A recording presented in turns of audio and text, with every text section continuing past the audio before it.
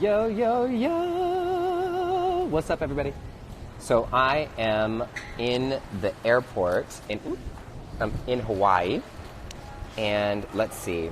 I'm getting ready to go live with one of my girls. Let's see. Here we go.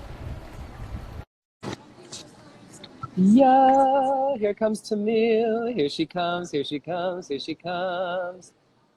Hey, Yes! We did it! We did it! We did it! success! We did it.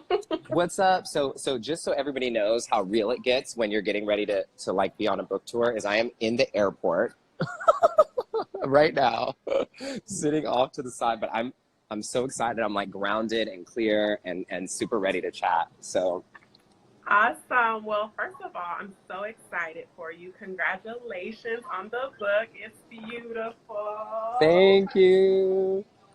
You got the Um, early copy. I did. I feel so special. Yeah. Hashtag blessed. The first thing though that I noticed when I got the book was the fact that it's interactive. It's okay for me to show like a little sneak Yeah, peek. yeah, you can show whatever you want. I'm I just over here really playing with these filters. okay.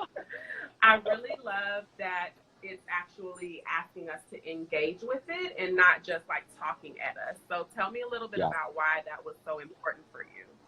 Yeah, that was crucial. Okay, let me stop messing around with these filters here.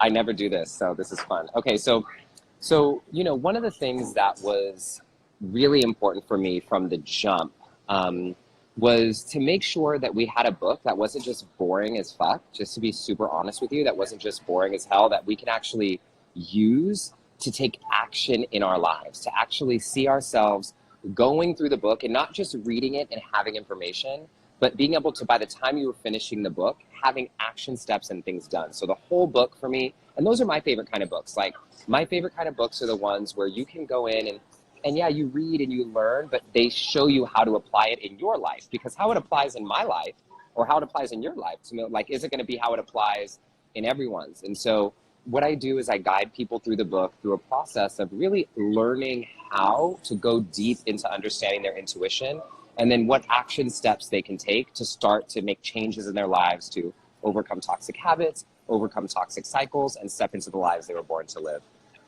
I love it. I love it. And one of the people in my community reached out today and she was like, oh my gosh, I was just listening to one of his meditations the other night. I didn't know that this was Oh, the same person. So we're oh, excited. yeah, We're so that's great. excited to be hearing from you. And I love that you talked about teaching us how to listen to our intuition, because for Yeah, me, that wasn't something that I got in my religious background growing of up, course not. my faith tradition, right? And I grew up in a very conservative church, and I love Jesus, right? Like, Jesus is love my Jesus, homeboy. I love period. Jesus the homeboy. Yes. Period.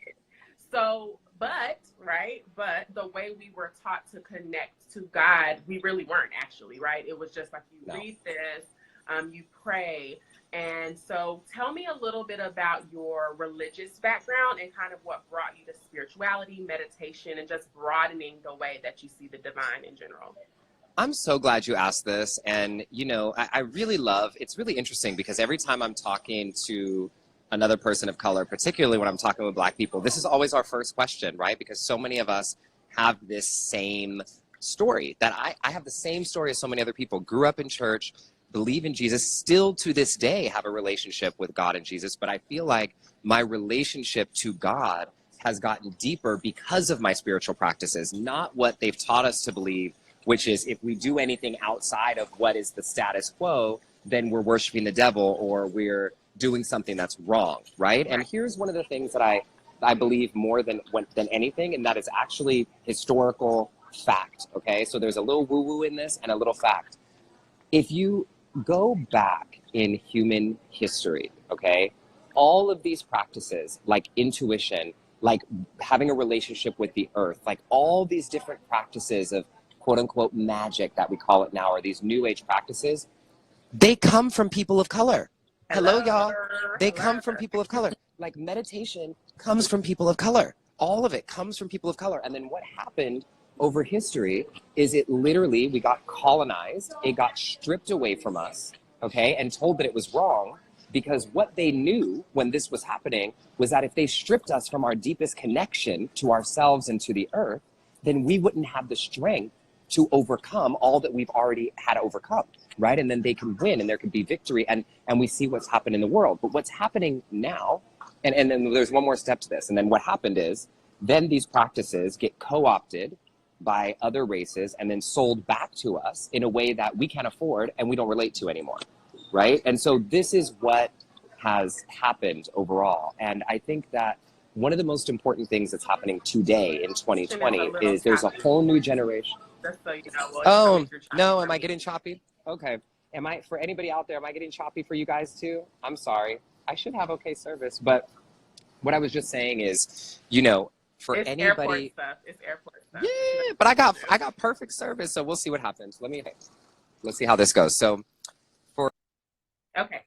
For anybody out there who is feeling like they have this thing between spirituality and religion, I need you to know that this shit comes from us.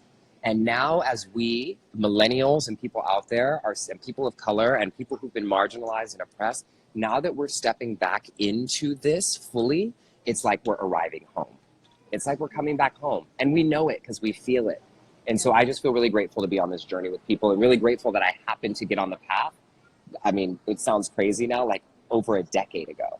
I've been practicing and teaching for over a decade now, which it almost feels crazy to say. I just got so lucky to get started early, Yeah, and I definitely feel like you being a millennial voice, right? Like you said, it's new to a lot of people, but it's really not a new thing. We have records of people, Black women in particular, practicing rituals and holding on to so much of their sacred practices, right? And so what we're now coming back to is crafting these practices now for ourselves in ways that are relatable to us, and it's really, really powerful to see. It's what we see like here in my community at the Overflow, in particular, like I read tarot and I am doing monthly scopes. I'm connecting us to planetary energies, and these things are in the Bible. We know that the people, they found Jesus by looking at a star, right? These are not these, scary things, but we're understanding it and we're accepting it.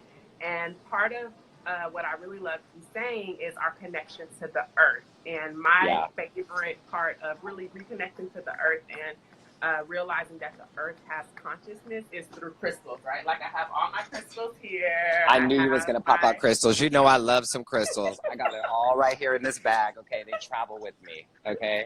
So as my spiritual teacher says, like, this is a part of your spiritual team, right? Like they are from the earth, they have consciousness. So what is your favorite crystal, at least right now? Oh my goodness. Okay, that's a hard question. Okay, so no, my favorite crystal, and it's interesting because it almost sounds like a cliche, but my favorite crystal is amethyst, actually. Amethyst crystal. I'm sure you got one right there. Yep, I knew it. And for people who are wondering, like, I talk about crystals actually in the book and talk about different ritual tools that you can use and what different crystals mean and where to get them. And the thing is, I love what you said, Timil, about these are all just tools, right? It's not about worshiping a crystal. Like, the way that I believe that crystals work is, so for amethyst, for example, is about many things, but just for basics right now, it's for protection, right? Or quartz crystal could be for clarity. And so if you decide that you're going to grab an amethyst crystal and hold it, let's take all the woo-woo stuff aside. What science has proven is that just by you grabbing that crystal and holding on to it, you're setting an intention in your mind that this is what's important to me. This is what I'm trying to manifest. This is what I'm trying to focus on in my life. And so every time you hold that crystal, it's like a physical representation of that which you are setting an intention towards. And so we have something in our hands that represents what we believe and what we want in the world. And so there's a lot of other ways that crystals work as well. And I explain a lot of that in Stay Woke. But, amethyst is my favorite one. And I just love what you said, like all this stuff from astrology coming from Egypt, like, all these different things literally come from us. They come from us. And when we get past, like, literally there are things in the Bible about crystals. Did you know that birthstones, this whole concept of birthstones, which, by the way, people be like, I don't like crystals, but then they be talking about birthstones. Birthstones are crystals, just in case y'all didn't know. And birthstones and the crystals in the birthstones come from a story of this plate that someone was wearing in the Bible that was for protection, and it had 12 stones in it, one for each month of the year. And back then it was called one for each sign of the zodiac. So this is in the Bible, right? And so, and so what's so interesting to me is, Black people, we could be real selective about what we like to pay attention to in the Bible and what we don't. But I think we need to open our eyes and be more expansive, because there's a lot that we can use. And also, that is to say that we were taught very specific things as well, right? Yeah. And that just historically, the Bible has been used as a tool of oppression. So, Yes. It's Yes. some gems in there, but a lot of it was purposely, disguised from us to prevent liberation, right? So that's that. I would say this, and my mistake, I don't know for sure, but you have a Catholic background, right, growing up? Yeah, so I grew up, my mom's side of the family is Catholic. My dad's side of the family is Christian. So I got both of it going on, okay? But I did used to teach catechism, which is, really interesting in the Catholic Church. So I actually used to teach youth groups, so I definitely understand God, and the importance of that. Yeah. But why would... And the Catholic Church, really, honestly, it's not something that I was raised with. My husband also went to Catholic school growing up, but there's so much ritual, right, in the Catholic Church that we can kind of model now in spirituality, say, like, this is a discipline, this is a practice. And, like I said, I love Jesus, but tell me about meditation. Yeah. I always say that when you pray, that's how you talk to God, but meditation is how you hear back from God. Girl, that's in my book. That's in my book. Yes, that's in the book. That's literally in the book. We are like on the same boat. That is literally in the book. And I just saw that somebody, I don't know their name, Tune and Sav asked, how old am I? People always be asking that. You know why? That's because the black don't crack. We know, right? I'm older than I look, okay? No, I'm You've been in this game for 10 years, right? For 10 years. So I will be 32 in 2 weeks. On February 22nd is my birthday. So that's how old I am. Not afraid of my age, and also not afraid to say how young I am. Like, we, the young, the millennial people, like, we get it. We are tuned into this stuff. And so it's so amazing that so many of us are waking up into this power and stepping up and leading. And just grateful to be on that journey. But one of the things that you just said is exactly what I believe. For people who are religious, so here's the thing.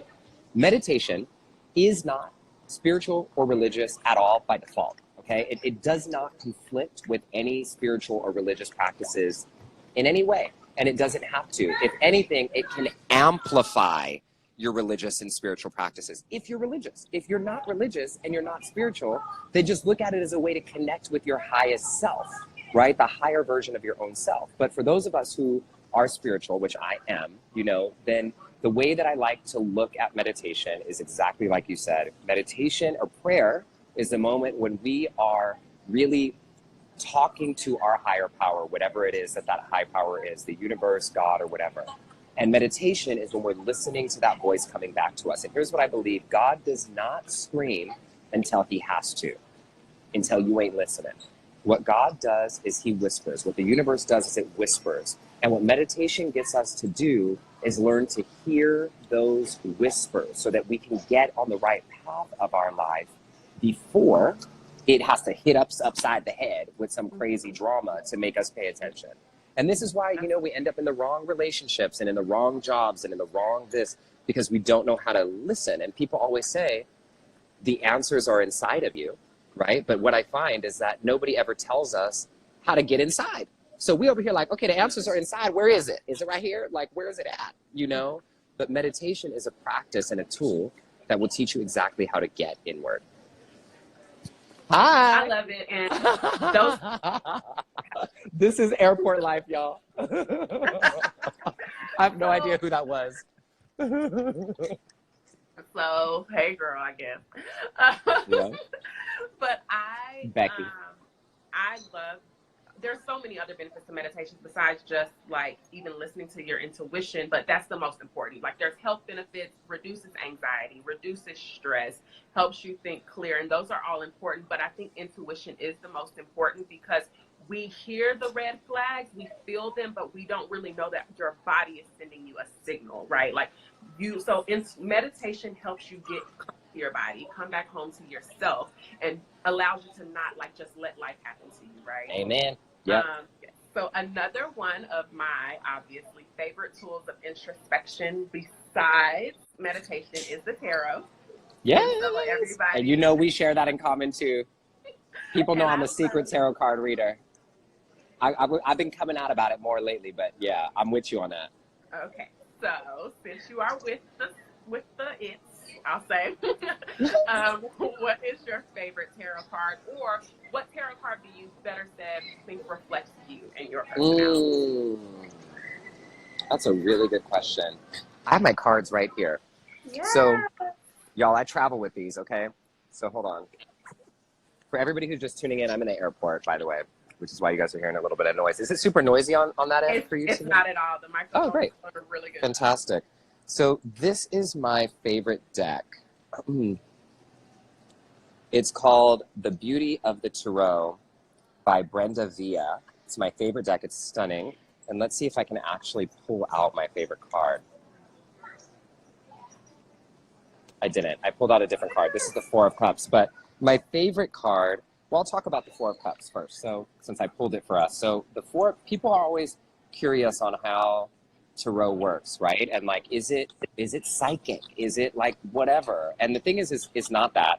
It's a thing that grounds your intuition. The way that I like to describe it to people is using tarot is kind of like giving you the weather forecast. So like, it tells you the situations in your life and what the forecast is for the weather in your life. So for example, if you knew it was going to be raining outside, then you would bring an umbrella, right? So you know how to prepare and plan for your own life. And sometimes when you have confusion around, oh, what's my intuition trying to tell me? What choice should I make? We can pull tarot cards to help us see what our intuition already knows. All it's doing is reflecting something that you already know inside of you. If you didn't have the knowledge inside of you, it would just be a deck of cards, you know? And so anyway, they're such a fabulous thing. And the Four of Cups is an amazing card that's about relationship and stabilizing your relationships in the world. And as you can see, this beautiful card is like, even though the storm is rising and even though the waves are crashing, it's telling you that you have the power within you to stabilize and to be strong and to fly above those waves to make sure that you're stabilizing for all those people around you. So this is my reading for you guys today, is to look at the relationships, look at your kids, look at your family, look at how you're setting up the relationships that you have in your life, and then make sure that you're flying above all the noise to make sure that you can keep the stability and spread your wings and fly. So I love that's the it. Four of Cups. I love the Four of That Cups. was my first reading over public air like this. Normally I'm a little more secretive about it. Well, listen, I am so glad that I was able to bring it out of you. I will share one of my favorite cards. This is the Six of Coins, and this deck is the Dust to Onyx Tarot, and it's actually made and illustrated by a Black woman who is an artist, and her name is Courtney Alexander. And this is really about, the Six of Coins is about what we're doing right now: reciprocity, sharing in community, realizing that our blessings are coming from here and that there's enough for all of us. So I Amen. really appreciate the opportunity to talk to you about your book, to tell my community about your book. Before we go, and I know you have to leave, and I'm not sure if you can do it since you're in the airport. I believe in you. What's that? I know that you can. You wanted to walk us through a short practice of creating a mantra for ourselves. So tell me about how you do that, and I'm excited. I just want to participate. Let's do it. Yeah, so the beautiful thing about meditation is, even though I'm in the airport, this is literally what's happening around me right now. Hopefully you wouldn't know, like we can find our center and ground anywhere, right? And so what I'm going to do right now is guide us through one of my favorite practices, and this is one of the cruxes of Stay Woke, which is a practice to help you generate your own mantra. And for people who are wondering what a mantra is not really an affirmation. Doesn't have to be in some other language. It is the unique energy signature that you can use for yourself to help build the energy that you need to live the life that you were born to live. And this is what a mantra is all about. And so often in practices, what's happening is guided meditations, they're good. But what happens so often is they're giving us mantras that we don't need. You know, they're trying to tell you to have peace, and really what you need is power. You know, they're trying to find calm, and really what you need is energy. And so I'm going to help guide you through a very quick version of the process. I dive deeper into this into the book, right? I'm going to dive deeper into this in the book, but I'll give you a quick version so you can get an experience of maybe a mantra that you might just use for your energy today. So if you're willing, go ahead and close your eyes and place your hand over your heart. This is proven to release oxytocin, the chemical that makes us feel good in our body, the hormone. And take a deep, full breath in and a deep breath out. And grounding your energy again, just another deep, full breath in and a deep breath out. And now what I'd like you to do is for a moment, and I want you to trust whatever arises in your mind first. I want you to imagine yourself living the life of your dreams. Living the life of your dreams. And whatever comes up, it doesn't matter. Just trust what images arise to you. For some people, you have a bunch of different things showing up and you won't know where to land. Just see if you can take a breath and let it settle. What would it look like to be living the life of your dreams? See if you can take yourself to a moment in the future. And from that moment in the future, notice as you look around you in that vision, is there anything that you see, any colors that you might see around you? Looking at yourself in the future, is there any colors that you see? Are you indoor or are you outdoor? Is there anybody there with you? What are you wearing while you're there? What expression do you have on your face? What does your hair look like? And you may not see all of this, but just trust what does show up and trust that everything that shows up is all that you're supposed to see right now. It's all that you need. And for the next 10 seconds, just try to see if you can notice any other little things in this vision, even if they're incomplete, little objects or furniture or people or plants or things around you.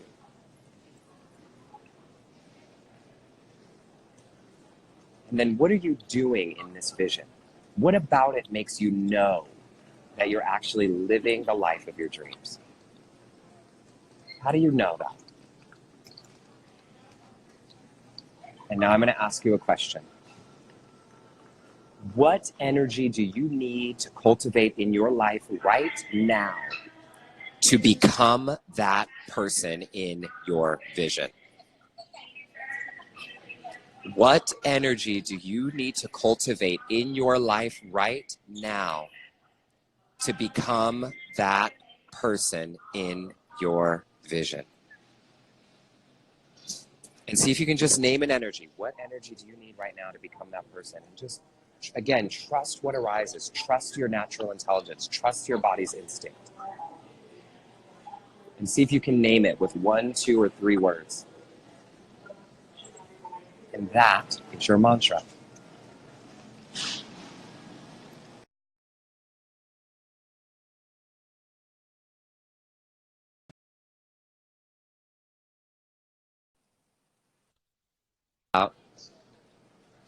And then Timil, what was your mantra?